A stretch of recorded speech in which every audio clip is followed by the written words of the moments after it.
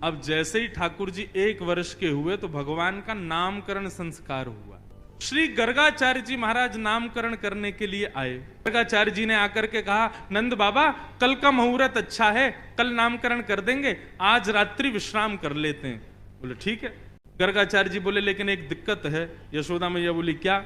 हम किसी के हाथ का बना भोजन नहीं करते, खुद बना के अपने ठाकुर जी को भोग लगा के तब पाते हैं। यशोदा मैया बोली अरे तो इसमें दिक्कत की क्या बात है, मैं आपको चूल्हा दे देती हूँ, आपको बर्तन दे देती हूँ, सारी सामग्री दे देती हूँ, आप बनाइए। गर्गाचार्य जी बोले जो जो कृपा दे दीजिए। यशोदा मैया ने सब सामग्री दी, गर्गाचार्य जी ने भोजन तैयार किया। अब बढ़िया एक पात्र में खीर बनाई। खीर में इलायची डाली, केसर डाला, मिश्री डाली, बढ़िया सुगंधित। आहा, जैसे ही गर्गाचार्य जी ने खीर बनाई, अपने शालिग्राम भगवान के सामने जैसे ही उसको सजाया तुलसी छोड़ करके। अब गर्गाचार्य जी का नियम था कि वो जब भोग धरते थे ना, उसके बाद 108 माला करते थे नेत्र बंद करके, और 108 माला होने पर तब भोग अनौसर करते थे। गर्गाचार्य जी ने भोग रखा और जैसे ही आंख बंद करके नाम जप करने लगे, अंदर आंगन में ठाकुर जी बलराम जी के साथ खेल रहे थे। अभी 1 वर्ष के हुए, थोड़े थोड़े चलते, तो ठाकुर जी बलराम जी के साथ खेल रहे थे। खेलते खेलते अचानक रुक गए।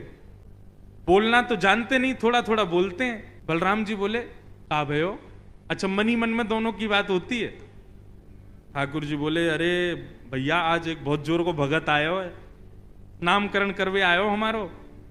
माने ऐसी जोर की खीर बनाई है, वहां में बढ़िया केसर डाली है, इलायची डाली है और मिश्री डाली है, बिल्कुल रबड़ी जैसी खीर है। मेरा तो मुंह में पानी आ रहा हो, खावे को मन कर रहा है। ताऊ जी बोले तो फिर रुको काई को, चलो जा, और बढ़िया लगे तो मुक्कू भी बुला लियो। ठाकुर जी बोले ठीक है। गुटमुन गुटमुन गुटमुन चल के ठाकुर जी जैसे तैसे मटक मटक के बाहर पहुंचे, और यहाँ गर्गाचार्य जी बैठे थे, नाम जप कर रहे थे।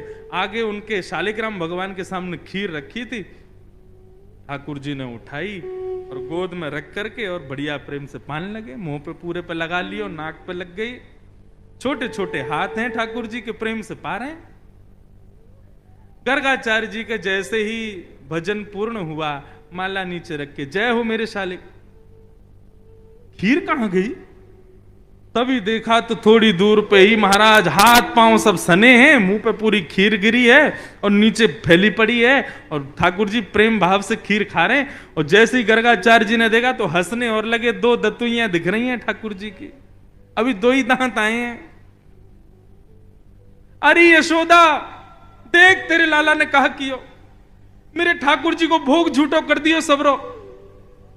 यशोदा मैया दौड़ी दौड़ी आई, बोले बाबा बाबा बाबा नाराज मत हो, छोटो बालक है, आप क्षमा कर दियो।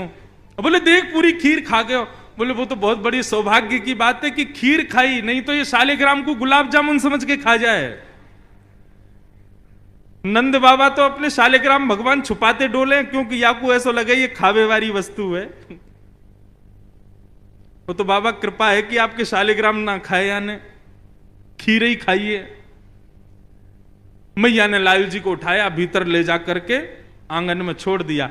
गर्गाचार्य जी ने फिर से खीर बनाई, ठाकुर जी से क्षमा मांगने लगे। बोले वो छोटा बालक है, नाथ क्षमा कर देना, आप भोग लगाओ।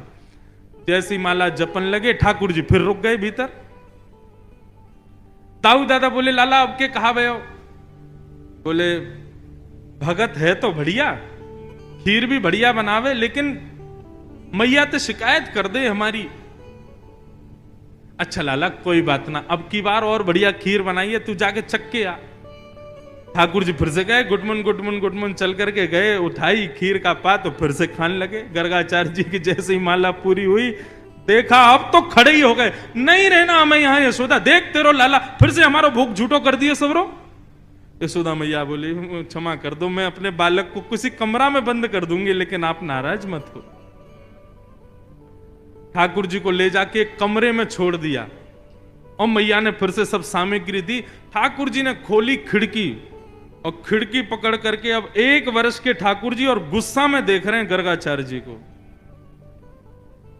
गर्गाचार्य जी भी देख रहे हैं, शैतान बालक। ठाकुर जी भी मन मन सोच रहे हैं, दारी के अभी तो तेने शैतानी देखी ना है हमारी, अब के बना तो को बताऊंगा मैं। गर्गाचार्य जी ने भोग बनाया, तीसरी बार भोग रखा। ठाकुर जी क्षमा कर दियो, छोटो बालक है, अब की बार भोग लगाओ। और जैसे ही त्वदीयम वस्तु गोविंद नाम जप करने लगे, ठाकुर जी उतरे और धीरे से खिड़की खोली, दरवाजा खोला, गुटमुन गुटमुन गुटमुन चल करके बाहर आए और उठाया खीर का पात्र। और जैसे ही पाने लगे, गर्गाचार्य जी को संदेह हो गया था कि कहीं बालक फिर से तो नहीं आ गया।